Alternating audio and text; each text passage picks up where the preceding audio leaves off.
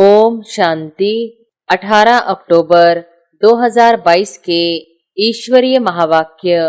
पहले एक नजर मुरली के मुख्य पॉइंट पर। बाबा ने कहा, आत्मा अपने बाबा को बाबा कहती है, ओ गॉड फादर कहते हैं।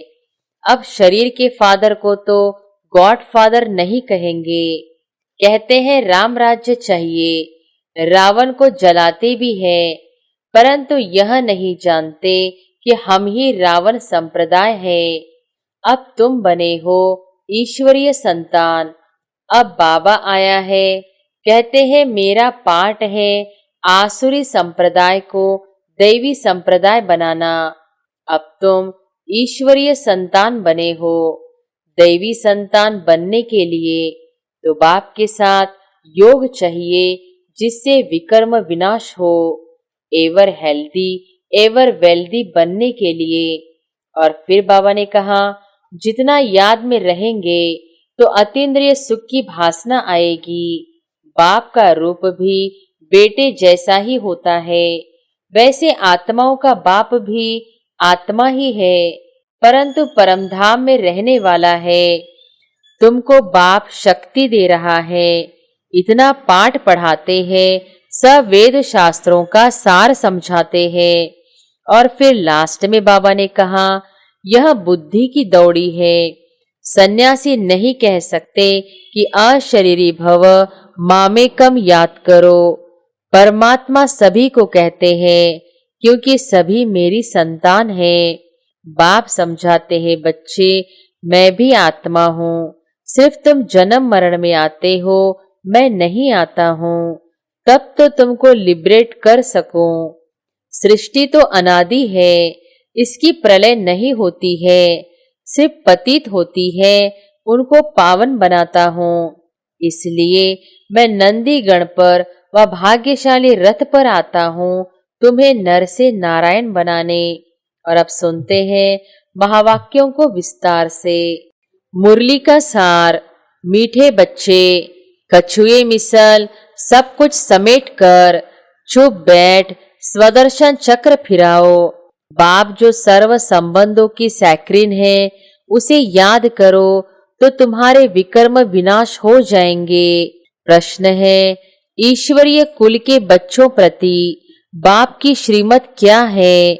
उत्तर है, तुम जब ईश्वर के बच्चे बने, उनके सम्मुख बैठे हो, तो प्यार से उसे याद करो, उनकी श्रीमत पर चलो।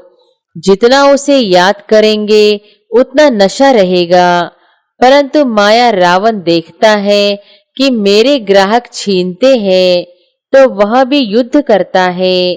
बाबा कहते हैं, बच्चे कमजोर मत बनो, मैं तुम्हें शक्ति देने लिए बैठा हूँ। गीत है, धीरज धर मनुआ धीरज धर, तेरे सुख भरे दिन आए कि आए। ओम शांति। यह कौन कहता है बच्चों को कि हे बच्चे? क्योंकि मनुआ कहा जाता है आत्मा को। आत्मा में ही मन बुद्धि है, तो यह भी नाम रख दिया है। नाम तो बहुत चीजों के बहुत रखे हैं, जैसे परम पिता परमात्मा बाबा। कोई फिर फादर कहते हैं, तो बाबा है सबसे सिंपल। बाबा कहते हैं, तुम किसकी संतान हो, वह याद आता है। अब तुम बच्चे बैठे हो, सामने कौन है? आत्माएं कहेंगी बाबा बैठा है। कितनी सिंपल बात है। बच्चे जानते हैं हम आत्माओं का परम पिता परम आत्मा पिता है। मनुष्य तो छोटे बड़े सबको बाबा कह देते हैं, और यहाँ फिर आत्मा अपने बाबा को बाबा कहती है, ओ गॉड फादर कहते हैं। अब शरीर के फादर को तो गॉड फादर नहीं कहेंगे। तुम जानते हो हम उस बाबा के सामने बैठे हैं। यह आत्मा की बात है। शिव बाबा समझाते हैं, तो मैं कौन हूँ? मैं परम आत्मा हूँ। मैं तुम सभी आत्माओं का परमधाम में रहने वाला पिता हूँ, इसलिए मुझे परम आत्मा कहते हैं। इकट्ठा करने से हो जाता है परमात्मा। कितना सहज है। यह कौन बैठा है? शिव बाबा। वह न होता तो यह ब्रह्मा भी नहीं होता। तुम बच्चों के दिल में हमेशा उनकी याद रहती है वह भी आत्मा, कोई फर्क नहीं है। जैसे आत्मा स्टार है, उस स्टार का साक्षात्कार होता है, वैसे बाप का भी स्टार रूप में साक्षात्कार होगा। बाकी यह जो कहते हैं कि बहुत तेज है, सहन नहीं कर सकते, यह मन की भावना है। बाकी तो बाप यथार्थ करके समझाते हैं कि जैसे तुम आत्मा हो, वैसे मैं भी आत्मा हूँ। मुझे भी इस तन में, इस आत्मा के बाजू में, भ्रुकुटी में बैठना है। तो वह बैठ समझाते हैं कि तुम आत्माओं में 84 जन्मों का पाठ भरा हुआ है, सो भी हर एक में अपना अपना पाठ है। कहते हैं आत्मा परमात्मा अलग रहे बहुकाल। अब परमात्मा अक्षर क्लियर है, उनको परमात्मा कहने से मूंझ गए हैं। है तो आत्मा, परंतु सदा परम धाम में रहने वाली परम आत्मा है। ब्रह्मा को परमात्मा नहीं कहेंगे। यह सब है जीव आत्माएं। इनमें कोई पाप आत्मा, कोई पुण्य आत्मा है। बाप कहते हैं मुझे पाप व पुण्य आत्मा नहीं कहा जाता है, मुझे परमात्मा ही कहा जाता है। मेरा भी पाठ है, एक बार आकर पति दुनिया को पावन बनाता हूँ। याद भी करते हैं कि पतित पावन आओ, परंतु कोई समझते थोड़ी है कि हम पतित रावण संप्रदाय है। कहते हैं राम राज्य चाहिए, रावण को जलाते भी हैं, परंतु यह नहीं जानते कि हम ही रावण संप्रदाय हैं। जरूर पतित हैं तब तो बुलाते हैं, कृष्ण को तो नहीं बुलाते, उनको तो परम आत्मा नहीं कहते। हम सबका बाप जो परमधाम से आया है, उसको ही परम आत्मा कहा जाता है। ईश्वर व भगवान कहने से रोला पड़ जाता है। बाप इस जीव आत्मा द्वारा समझाते हैं। तुमको कहते हैं बच्चे अशरीरी भव, तुम मेरे बच्चे थे, अब तुमको भेजा था। जब तुमको भेजा था, स्वर्ग में शरीर धारण कर आए, चक्र लगाते लगाते अब तुमने 84 का चक्र पूरा किया। इस समय सब रावण की संतान है, रावण ने ही पतित बनाया है। अब तुम बने हो ईश्वरीय संतान। अब बाबा आया है, कहते हैं मेरा पाठ है आसुरी संप्रदाय को दैवी संप्रदाय बनाना। मैं भी ड्रामा अनुसार अपने टाइम पर आता हूँ, कलप के संगम युगे। कलयुग है पतित पुरानी तमोप्रधान दुनिया। तब मैं आता हूँ सूर्यवंशी चंद्रवंशी कुल का राज्य स्थापन करने। न हो तब तो स्थापन करूं। फिर जब सूर्यवंशी चंद्रवंशी होंगे तो वैश्य शूद्रवंशी नहीं होंगे। अब तुम ईश्वरीय संतान बने हो। दैवी संतान बनने के लिए तो बाप के साथ योग चाहिए, जिससे विकर्म विनाश हो। एवर हेल्दी एवर वेल्दी बनने के लिए स्वदर्शन चक्र फिराना पड़े। बाबा को याद करना है, इसमें ही मेहनत है। यह चार्ट रखो कि कितना समय बाबा को याद करते हैं। जितना याद में रहेंगे तो अतीन्द्रिय सुख की भासना आएगी। तब कहा जाता है अतीन्द्रिय सुख पूछना हो तो गोपी वल्लभ के गोप गोपियों से पूछो। वल्लभ कहा जाता है बाप को। बाप का रूप भी बेटे जैसा ही होता है, वैसे आत्माओं का बाप भी आत्मा ही है, परंतु परमधाम में रहने वाला है। अगर वह बीज नीचे चक्र में चला आए तो झाड़ ऊपर चला जाए। जैसे वह झाड़ होता है, उनका बीज नीचे झाड़ ऊपर, परंतु यह उल्टा झाड़ है, जिसका बीज रूप परम आत्मा परमधाम में निवास करते हैं। आत्माएं भी पाड़ बजाने ऊपर से नीचे आती है, टाल टालियां निकलती जाती है। अब बाप कहते हैं तुमको रावण ने काला कर दिया है, अब तुमको गोरा बनना है। कृष्ण और नारायण दोनों को काला कर दिया है, लक्ष्मी को गोरा बनाते हैं। क्यों? काम चिता पर तो दोनों बैठे होंगे। कृष्ण के लिए कहते उनको तक्षक सर्प ने डसा, नारायण को फिर किसने डसा? कुछ भी समझते नहीं है। चित्र आदि भी सब रावण की मत पर बनाए हैं। अब बाबा आया है श्रीमत देकर रावण से लिबरेट करने के लिए। मैं सबका सद्गति दाता हूँ। श्री श्री 108 जगत गुरु का टाइटल भी इनका है। जगत की सद्गति करते हैं। ग्रंथ में इनकी महिमा बहुत लिखी है। सद्गुरु सच्चा पातशाह, सचखंड स्थापन करने वाला। बाबा को यहाँ सब कंठ था, परंतु अर्थ का पता नहीं था। अपने को बहुत रिलीजियस माइंडेड समझते थे, परंतु थे रावण के कुल के। अब तुम ईश्वर के कुल के बने हो तो कितना प्यार से उनको याद करना चाहिए। बाबा आप कितने मीठे हो, हमको स्वर्ग में ले चलते हो। हेविनली गॉड फादर को जितना याद करेंगे तो नशा चढ़ेगा। अब किसके सामने बैठे हो? बाप कहते हैं हे लाडले बच्चे, मैं तेरा परम पिता तुम आत्माओं से बात कर रहा हूँ। अब मेरी श्रीमत पर क्यों नहीं चलते, परंतु काम रूपी भूत गिरा देता है। बाप कहते हैं कमजोर क्यों बनते हो? श्रीमत मिल रही है फिर आसुरी मत पर क्यों चलते हो? यह युद्ध तो करनी है। माया समझती है मेरे ग्राहक छीनते हैं तो लड़ती है। तुमको बाप शक्ति दे रहा है, इतना पाठ पढ़ाते हैं, सब वेदों शास्त्रों का सार समझाते हैं। सूक्ष्म वतन में तो नहीं सुनाएंगे। दिखाया है विष्णु की नाभि से ब्रह्मा निकला। सूक्ष्म वतन में नाभि कहाँ से आई? क्या क्या बैठ लिखा है।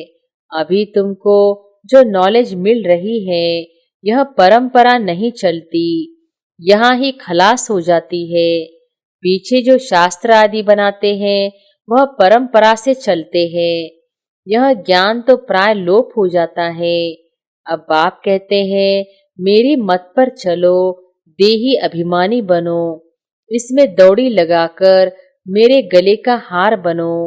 यह बुद्धि की दौड़ी है। सन्यासी नहीं कह सकते कि अशरीरी भव, मामेकम याद करो। परमात्मा सभी को कहते हैं क्योंकि सभी मेरी संतान हैं। सबको वापस ले जाने लिए आया हूँ, परंतु सम्मुख तो बच्चे सुनते हैं, सारी दुनिया नहीं सुनती। शिवरात्रि मनाते हैं, शिव का मंदिर भी है, जरूर आया है, परंतु शिव का इतना बड़ा चित्र नहीं है। वह तो स्टार है। अगर कहो तो कहेंगे कि क्या मंदिर में चित्र रॉन्ग है। इसलिए बाप समझाते हैं बच्चे मैं भी आत्मा हूँ, सिर्फ तुम जन्म मरण में आते हो, मैं नहीं आता हूँ। तब तो तुमको लिबरेट कर सकूं। मैं पतित पावन हूँ तो जरूर पतित दुनिया में आना पड़े ना। अगर पतित पावन न कहे तो समझेंगे नई दुनिया बनाते हैं।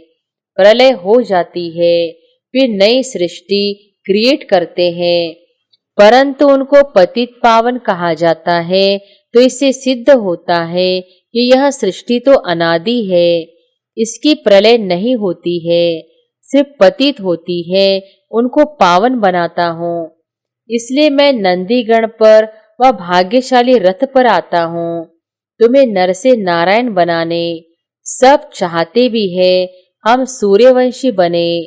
कथा भी है, एक भक्त ने कहा कि मैं लक्ष्मी को वर सकता हूँ। नारद भक्त था ना, तो कहा तुम अपनी शक्ल तो देखो, पहले बंदर से मंदिर तो बनो, तब तो लक्ष्मी को वर सकेंगे। अभी तुम मंदिर लायक बन रहे हो, यह इस समय की ही सारी बात है। यह सब तुमको कौन बता रहे हैं? शिव बाबा ब्रह्मा दादा की भ्रुकुटी के बीच में बैठ तुमको समझा रहे हैं। जैसे इनकी आत्मा भ्रुकुटी में बैठी है तो जरूर उनके बाजू में बैठा होगा ना।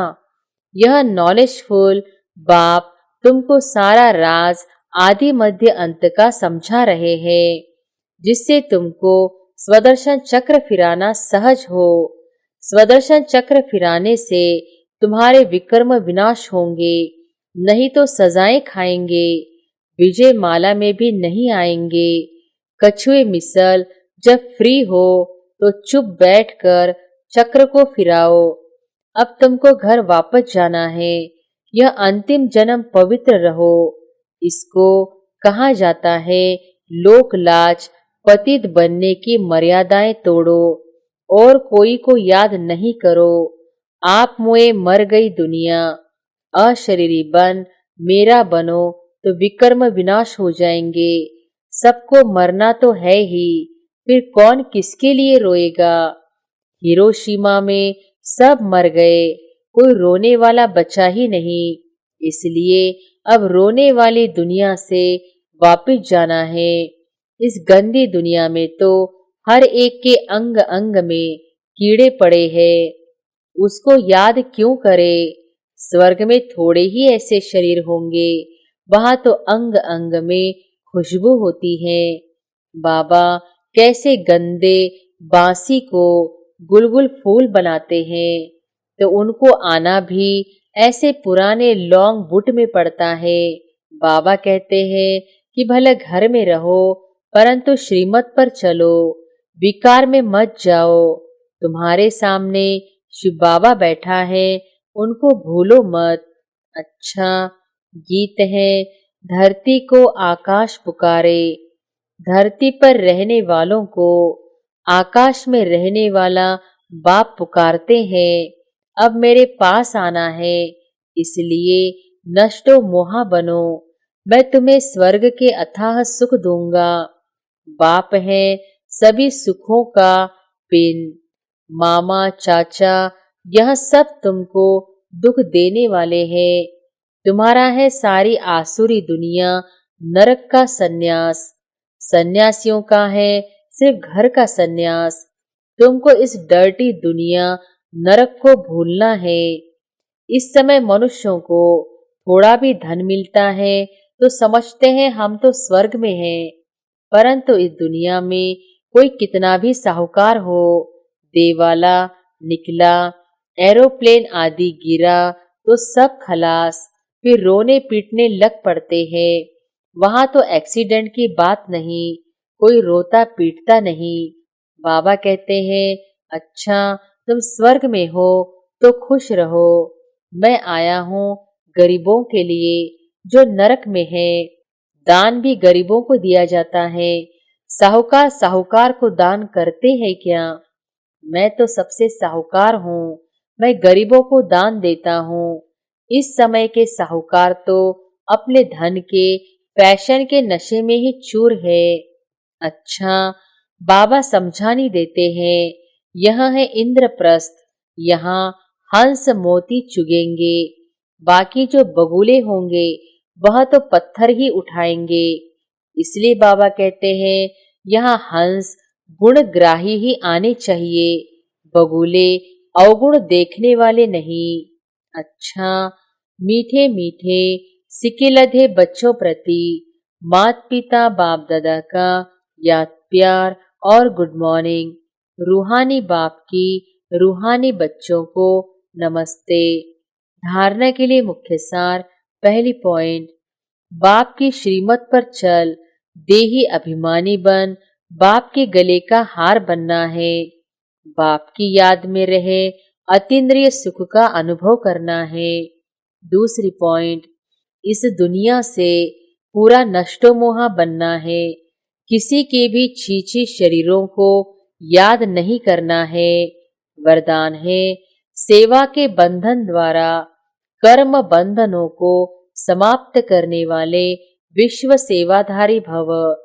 सेवा के बंधन द्वारा सेवा के बंधन द्वारा कर्म बंधनों को समाप्त करने वाले विश्व सेवाधारी भव।